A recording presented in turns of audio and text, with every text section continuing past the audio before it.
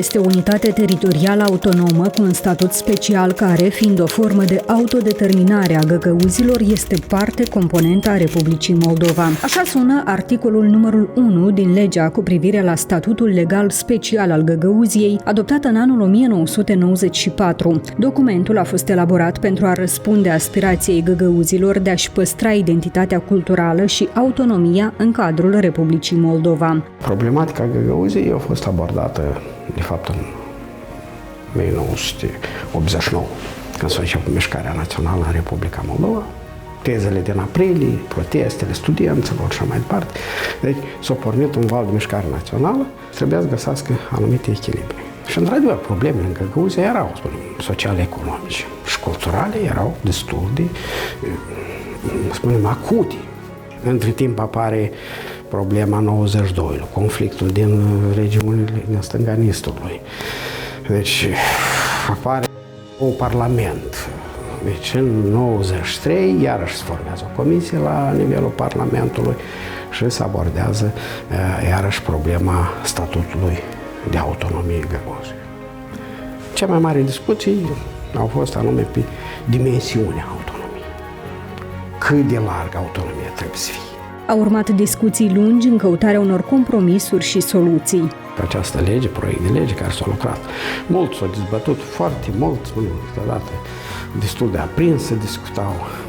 Erau delegații din partea găgăuzilor care veneau în cadrul comisiei parlamentare și abordau și argumentau necesitățile.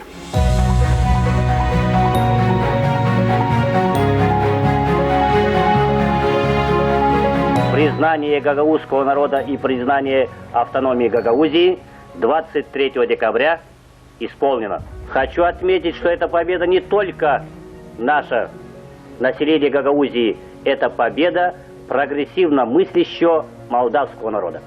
Legea cu privire la Găgăuzia permite soluționarea de sine stătător, în limitele competenței sale, în interesul întregii populații, problemele dezvoltării politice, economice și culturale. Legea a consacrat limba găgăuză ca limbă oficială în regiune, protejând și promovând astfel identitatea culturală a comunității găgăuze. Totodată, în regiune există și alte două limbi oficiale. Legea a instituit drapelul și stema Găgăuziei. Potrivit legii privind statutul special, puterea legislativă în Găgăuzia este exercitată de adunarea populară, iar cea executivă de guvernatorul autonomiei numit Bașcan și comitetul executiv. Aceste două structuri au puterea de a soluționa probleme cu caracter politic, economic și cultural. Totodată, domeniile precum politica externă și apărarea rămân în competența guvernului central, asigurând astfel unitatea și suveranitatea statului. Totuși, legea îi oferă autonomiei posibilitatea de participare la promovarea politicii interne și externe a Republicii Moldova în problemele care privesc interesele Găgăuziei. Adoptarea unei legi a fost un pas important în soluționarea tensiunilor și disputelor politice dintre Chișinău și Comrat. Statutul special a asigurat găgăuzilor recunoașterea și păstrarea identității culturale în cadrul statului Republica Moldova, oferind autonomiei competențe de autogestiune în anumite domenii.